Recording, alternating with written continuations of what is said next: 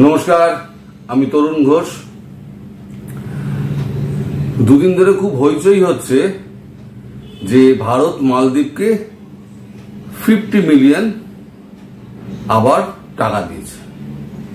50 million, তো এটা শুনে আমারও খুব অবাক লেগেছিল।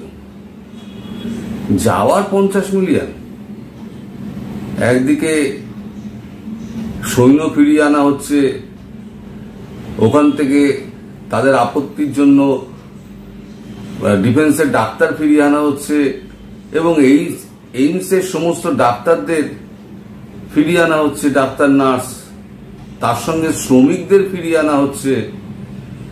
তার পাশাপাশি এই 50 মিলিয়নের ব্যাপারটা আমার কিছুতে মাথায় ঢুকছিল না, যে কি এমন হলো যে আবার 50 মিলিয়ন যে দেওয়া হলো।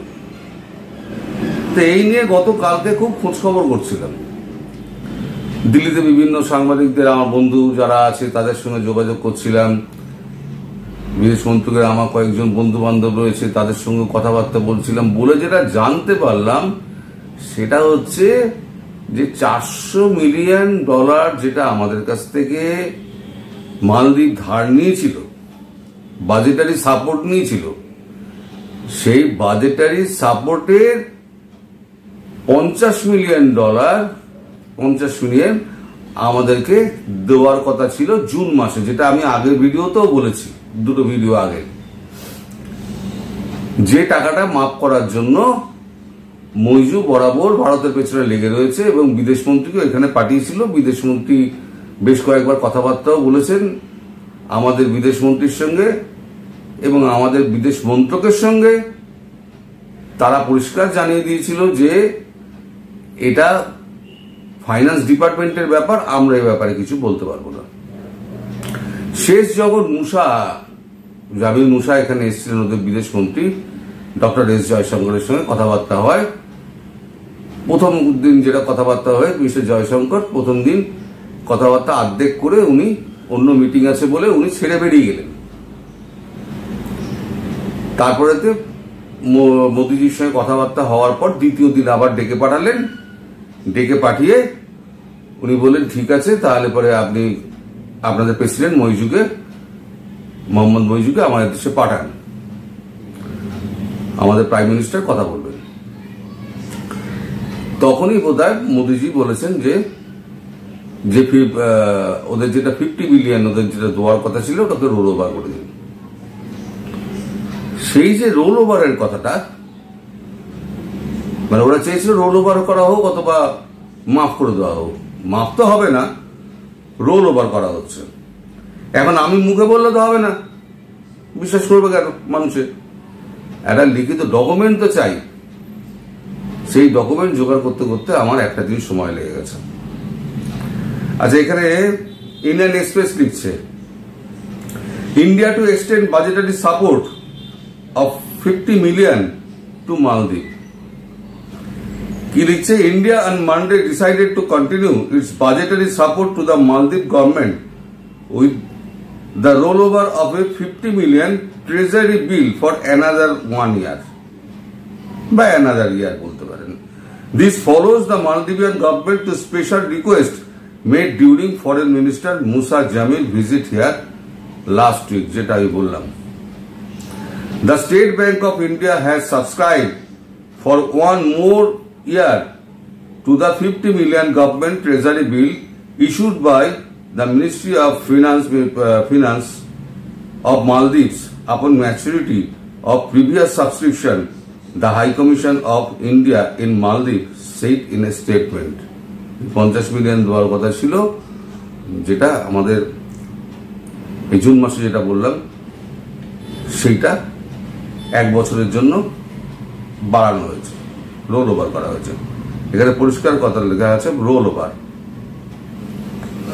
This treasury bill are subscribed by SBI under government to government, a unique arrangement at zero cost (bracket) interest free to the government of Maldives. এটাতে আগেই যখন এগ্রিমেন্ট হয়েছিল তখনই জিরো ইন্টারেস্টে তখন এটা করা হয়েছিল।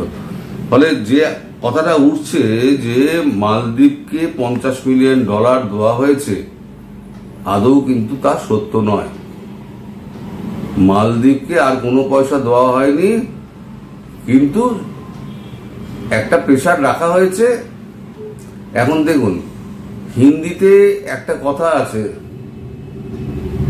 बंदे को इतना भी मत डराओ कि उसका डर ही खत्म हो जाए। ফলে প্রেসারে রাখুন, কিন্তু এমন প্রেসার দিও না যাতে তার প্রেসারের ভয়টাই চলে যায়। ভয়ে থাকুক, চাপে থাকুক। ভারত সেইটাই করছে। $50 মিলিয়ন রোল ওভার করে দিয়েছে 1 বছরের জন্য। ঠিক আছে, 1 বছর বাদে, যে জিরো ইন্টারেস্ট আছে, 1 বছর বাদে তুমি $50 মিলিয়ন আমাকে দিও।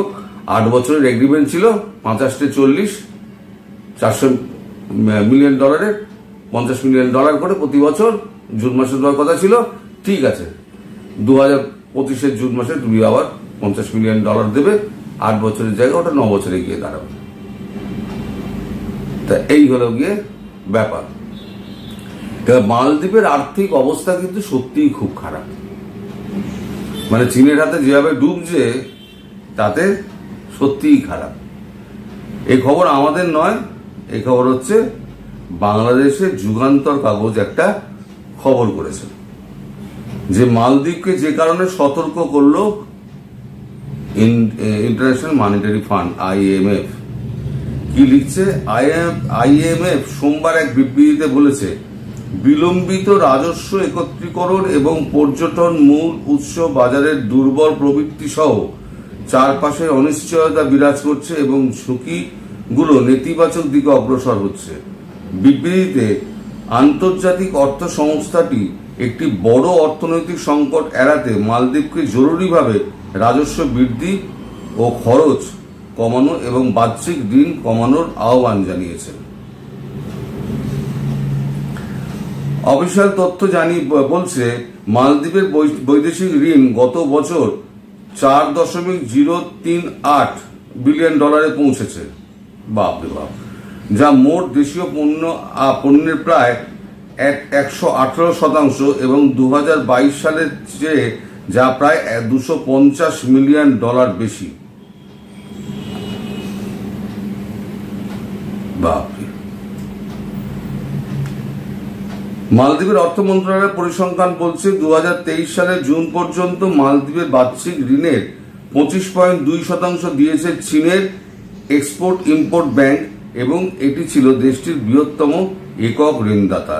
এই যে এক্সপোর্ট ইম্পোর্ট ব্যাংক না আছে চীনের, এই ব্যাংকের প্রধান কাজ হলো দেশগুলোকে, মানে চীন এই ব্যাংকে দিয়ে দেশগুলোকে, সমস্ত আফ্রিকান কান্ট্রি এবং ছোট ছোট দেশ যারা আছে তাদেরকে এই টাকাগুলো দেয়। টাকাগুলো দিয়ে তারা একদম দেশগুলোকে দেনায় ডুবিয়ে দেয়। এত ইন্টারেস্ট চাপিয়ে চাপিয়ে চাপিয়ে চাপিয়ে এই অবস্থা করে দিয়েছে। বাংলাদেশের আর্থিক অবস্থাও কিন্তু এটা ভালো নয়। বাংলাদেশ আবার $6 বিলিয়ন আবার করেছে, চীনের কাছে চেয়েছে, চীন দেবেও বলেছে। সেখানেও ইন্টারন্যাশনাল মনিটারি ফান্ড বাংলাদেশকেও সতর্ক করেছে। এখন ইন্টারন্যাশনাল মনিটারি ফান্ডের থেকে পয়সা নেওয়া মানে, আপনি জানেন পাকিস্তানের কি অবস্থা হলো। IMF এর লোক এসে ওখানে বসে থাকবে, দেশের মধ্যে বসে থাকবে, এইটা বাড়াও, ওইটা বাড়াও, এটা করতে পারবে না, ওইটা করতে পারবে না, এই করতে করতে পাকিস্তানের 12টা বেজে গেছে। IMF এর লোকজন এখন পাকিস্তান চালায়। এখন তো আরো অবস্থা খারাপ।